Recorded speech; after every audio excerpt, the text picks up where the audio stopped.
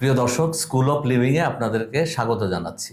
অনেকেই আসক্তির চক্রে আটকে থাকেন, বের হওয়ার পথ খোঁজেন, কিন্তু বুঝতে পারেন না শুরুটা ঠিক কোথা থেকে শুরু করবেন। আজকের ভিডিওতে আমরা ঠিক এই বিষয়টা নিয়েই কথা বলবো।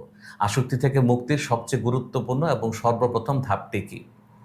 প্রথমে বুঝতে হবে, আসক্তি কোনো চারিত্রিক বা নৈতিক দুর্বলতা নয়, এটি একটি জটিল শারীরিক এবং মানসিক অবস্থা অথবা রোগ। এর পেছনে জেনেটিক, পরিবেশগত এবং মনস্তাত্ত্বিক অনেক কারণ থাকতে পারে। তাই আসক্ত ব্যক্তিকে দোষারোপ না করে সমস্যাটা তাকে বোঝানোটা হচ্ছে জরুরি, অথবা সে নিজেও সমস্যাটা বুঝবে, এটি হচ্ছে সবচেয়ে জরুরি। তাহলে মুক্তির প্রথম ধাপটা কি? অনেক কিছুই অনেকে ভাবতে পারেন, হয়তোবা কেউ ভাবতে পারেন ডাক্তারের কাছে যাওয়া বা পরিবারকে জানানো বা হঠাৎ করে সবকিছু ছেড়ে দেওয়া। এগুলি সবই গুরুত্বপূর্ণ ধাপ, কিন্তু এগুলো প্রথম ধাপ নয়। আসক্তি থেকে মুক্তির সবচেয়ে কঠিন কিন্তু সবচেয়ে শক্তিশালী এবং প্রথম ধাপটি হলো স্বীকার করা, অর্থাৎ অ্যাকনোলেজমেন্ট বা অ্যাকসেপ্টেন্স। হ্যাঁ, আপনি ঠিকই শুনেছেন।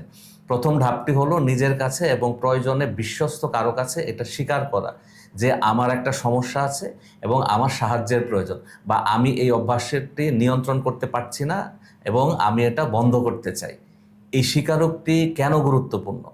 প্রথমে হচ্ছে সমস্যা চিহ্নিত করুন। যতক্ষণ না আপনি স্বীকার করছেন যে এটি একটি সমস্যা বা আপনার একটি সমস্যা আছে, ততক্ষণ সমাধানের প্রশ্নই আসে না। অস্বীকার বা ড্যানিয়াল হচ্ছে আসক্তির সবচেয়ে বড় বন্ধু। আমার কোনো সমস্যা নেই, আমি নিজে চাইলেই ছাড়তে পারি, এই চিন্তাগুলো আপনাকে আসক্তির চক্রের মধ্যে আটকে রাখে। স্বীকার করার মাধ্যমে আপনি সেই অস্বীকারের দেয়াল ভাঙছেন। তারপর হচ্ছে পরিবর্তনের ইচ্ছা জাগ্রত হওয়া। যখন আপনি মন থেকে স্বীকার করবেন যে আপনি একটি সমস্যায় আছেন এবং এর থেকে বের হতে চান, তখনই আপনার মধ্যে পরিবর্তনের আসল ইচ্ছেটা জন্মায়। এই ইচ্ছাশক্তিটাই আপনাকে পরের ধাপগুলোতে এগিয়ে নিয়ে যাবে। জোর করে বা লোক দেখানো পরিবর্তন কখনোই দীর্ঘস্থায়ী হয় না।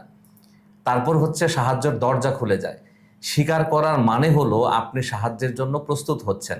হতে পারে সেই সাহায্য আসবে পরিবার, বন্ধু, কোনো সাপোর্ট গ্রুপ বা কোনো প্রফেশনাল কাউন্সিলরের কাছ থেকে, অথবা হচ্ছে কোনো ট্রিটমেন্ট সেন্টারের কাছ থেকে।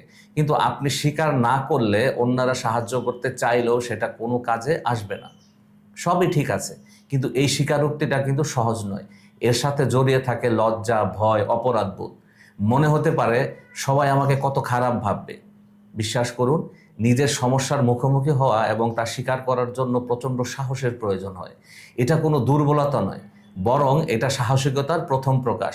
বিপদে পড়ে সাহায্য চাওয়াটা যেমন খুবই স্বাভাবিক, ঠিক একইভাবে আপনিও বিপদে আছেন, আপনার সাহায্য চাওয়াটা খুবই সিম্পল একটা বিষয়। মনে রাখবেন, স্বীকার করা মানে হেরে যাওয়া নয়, বরং মুক্তির পথে প্রথম বিজয় অর্জন করা।